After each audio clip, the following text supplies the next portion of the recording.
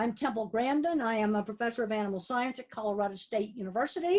You can see that I'm home here in my kitchen, and I'm going to read a little book that was written about me called Temple Grandin Did It, You Can Too. When I was a very young child, I had severe autism, no speech until age 4. And so I'm just going to read this to get kids turned on. It's titled Temple Did It, You Can Too, 7 Simple Life Rules by introduction by Temple Grandin. Author is Jennifer Yacko with Future Horizons Publishing Company. And I think I'll read the foreword that I originally wrote for this. There are 7 life rules listed in this book, but there's one that I consider the most important, and that is work hard. Creativity was always essential to me, but I had to work to achieve my goals. When I was a little girl, my mother and teachers always encouraged me to do my very best. There was always plenty of time for creativity, and my ability in art was always supported. I spent hours figuring out how to make a small paper kite fly. I tried many designs till I finally found one that worked. My mother encouraged me, but she never made the pictures of the kite for me. She wanted me to figure it out for myself. That's the really important thing. Hard work was always necessary. When I was 13 years old, my mother got me a sewing job, and when I went to boarding school, I cleaned 8 horse stalls every day. This taught me discipline and responsibility, as well as pride in doing a good job. It also helped my self-esteem because I received recognition and people valued my caring for the horses. To all the children that read this, work hard, achieve your dreams. Throughout the story, the narrator's words will look like this, and Temple's words will look like this. Maybe I shouldn't have read that. Temple Grandin is a successful scientist. She designs cattle systems and is famous for her advances in animal science. People have come from all around to hear her talk. They even made a movie about her, HBO movie Temple Grandin.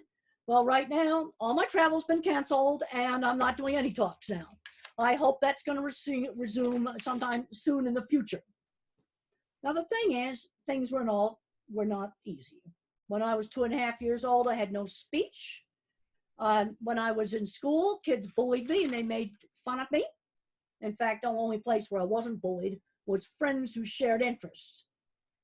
Well, I worked hard. I grew up and I helped to change things in the world. How did I make this happen? And then Jennifer wrote, I want to hear a talk one day. This is a kid talking to a picture of me in the book, and speak for her. There are 7 rules that I was taught. The first rule is follow your passion. Learn it well. My passion was cattle. I learned everything about them. Now, the interesting thing about my work with cattle, and this is not in the book, is that I was not exposed to them until I was 15.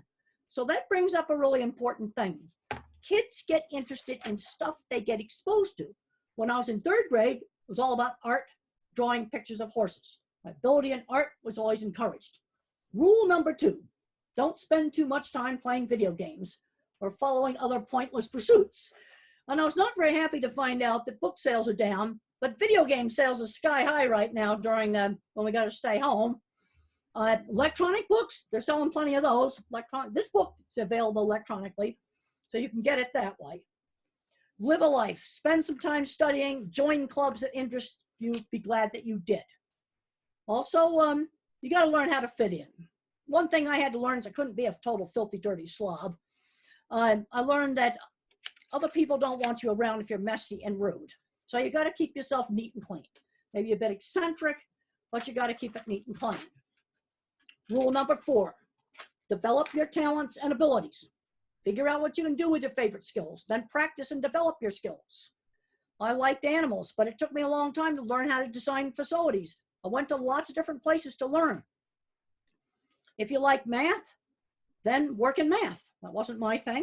I'm a visual thinker. That may be somebody else's thing.